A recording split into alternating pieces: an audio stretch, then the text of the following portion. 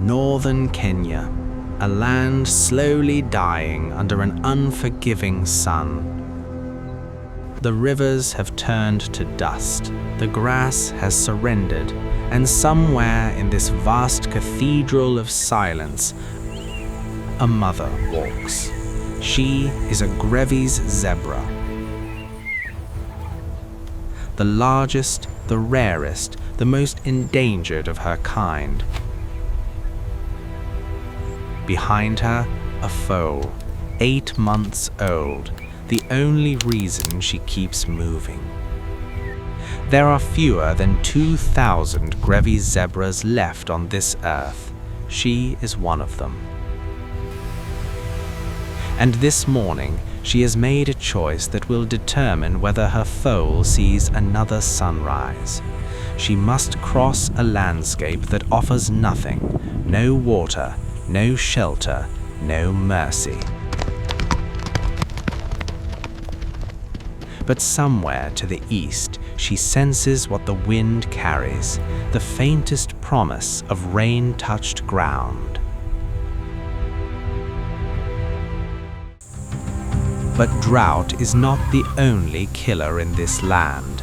African wild dogs, endurance hunters that can run for hours without rest. They haven't seen the mother yet. They haven't caught her scent. But in a world this empty, everything is noticed. She stamps the earth once, a warning to her foal. Stay close, stay silent. Every second is a calculation between flight and survival. She doesn't run from fear, she runs from wisdom. A Grévy zebra mother knows what a foal cannot yet understand, that panic spends energy this land will not return. She conserves every stride, measures every breath. Under the sparse shade of an acacia, she allows the foal to nurse. But even in this moment of tenderness, her ears never stop listening. The drought has made the ground beneath her feet crack like broken pottery. This earth is begging for water. Something shifts on the eastern horizon, a darkness that could be clouds, a shadow that could be green, for a creature surviving on instinct sharpened across millennia. That is enough. She turns east. The crossing begins in earnest now. Mile after mile of sun-baked nothing, with only her shadow and her foal for company. She stops to eat what the land offers. It offers almost nothing. The riverbed she reaches has not carried water in months. She digs with ancient instinct, scraping at the clay. Searching for moisture the earth has hidden deep below. There is none. She moves on. A mother's determination is a force of nature unto itself. And then a small muddy miracle, a puddle, perhaps 2 meters across. In a drought, water does not bring only life. It brings everything that hunts life. Grant's gazelles wait at the edge. A gerenuk watches from the scrub. Every surviving animal in this dying landscape knows where the last water lies. A lioness, moving with the unhurried confidence of an apex predator. The mother freezes. Every fiber of her body screams the same ancient word.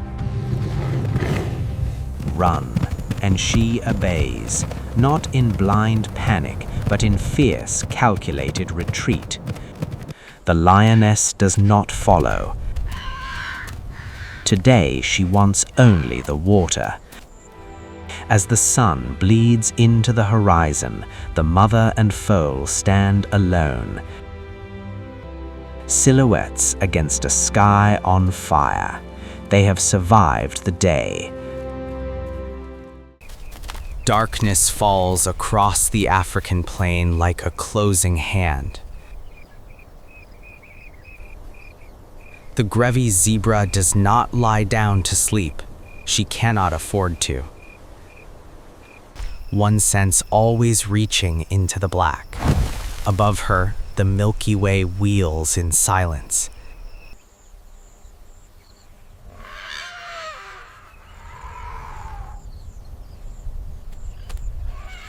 Out there, beyond the circle of starlight, hyenas call, and the night stretches on. Dawn, the cruelest and most beautiful hour. The terrain ahead is rocky, volcanic, punishing, but it also reveals something else. Green, actual trees, an actual watercourse holding actual water. 3 kilometers, maybe 4. That is the distance between her foal and survival. She begins to walk, and the earth begins to fight back. The first patch of green grass they encounter is no larger than a dining table, but for a young Grévy zebra, this is the taste of hope. Oxpeckers land on the mother's back, tiny allies picking parasites from her coat, a small kindness in a merciless landscape. Ahead, light flashes off water, real water. The mother quickens her pace. She can smell it now. The river is close. The gallery forest rises around them like the walls of a green cathedral. And then the water, flowing, clear, alive. She wades in without hesitation. The foal splashes beside her. They drink as though they have forgotten what water tastes like. For this one moment, the world is merciful. But the mother is not common. She is Grévy's. The narrow stripes that do not cross her belly, the ears larger than any other zebra. Now, she sees a group of common zebras drinking upstream. They are cousins, but they are not her kind. She is something rarer, something the world is quietly losing. A commotion in the bushes, baboons crashing through sends her heart rate spiking. In this land, peace is always borrowed. The watercourse narrows into a rocky passage barely 10 meters wide. A leopard, male, full-grown, patient as stone. He has chosen the perfect ambush point, where the terrain forces every animal through a single bottleneck. The mother stares at the passage. It is the only route to the grasslands beyond. Her foal cannot outrun a leopard. She cannot fight one. But a Grévy zebra mother does not accept impossible. She turns from the passage and begins searching. Along the base of the ridge, she finds what instinct promised might exist, a narrow game trail switchbacking up through the rocks. It is steep, loose, dangerous, but it does not have a leopard. She begins to climb. The foal follows, placing its small hooves exactly where hers have been. Stone by stone, step by step, they rise above the killing ground. The descent is harder than the climb. Gravity pulls at them. Loose rock shifts and cascades. The foal scrambles, slips, catches itself against a boulder. Its right hind leg strikes stone. The mother descends to her foal immediately. She will not leave it behind, not on this ridge, not anywhere.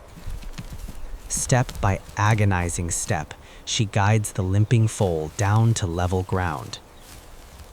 Every predator in Africa knows the mathematics of injury. A limping animal is a targeted animal. Around them, the grassland grows greener, richer, deeper. They have crossed into the territory the drought has not yet fully claimed.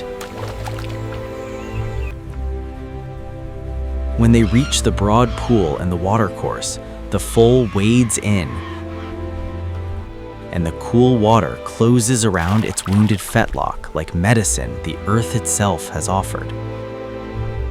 In the still water, the mother sees her own reflection.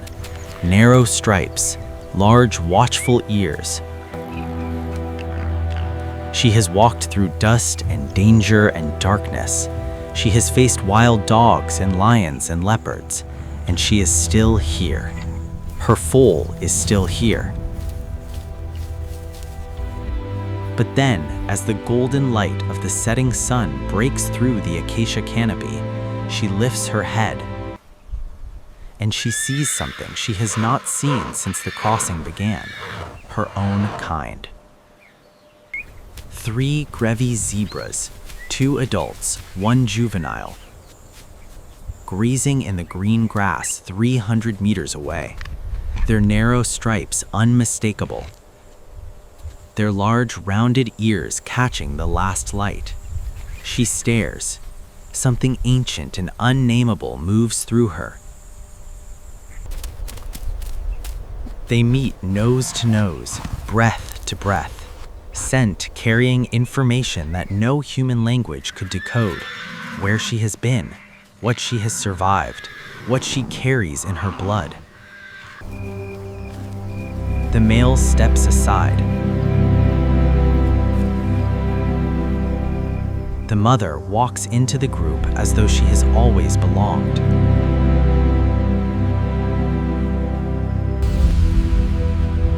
As night falls, 5 Grévy zebras stand together in the green grass.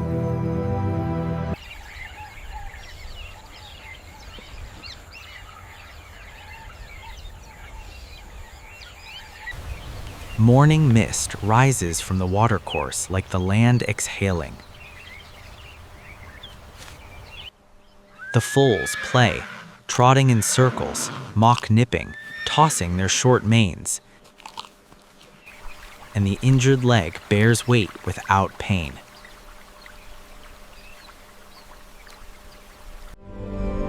Now the earth holds many prints, overlapping, together. And from a green shoot growing through one of those tracks, a small, defiant flower of grass pushes toward the sun. Life answering life. Pull back far enough and you begin to understand both the triumph and the tragedy. This ribbon of water and grass sustaining the last Grévy zebras is a thread. A single fragile thread in an ocean of drought.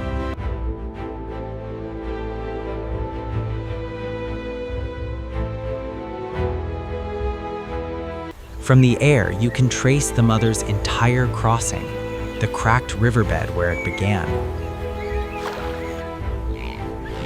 Her foal beside her, toward a gathering of her kind at the water's edge. The camera rises, the green corridor narrows to a thread, the brown earth stretches to every horizon. The last crossing has been made. What happens next is not up to her. It is up to us.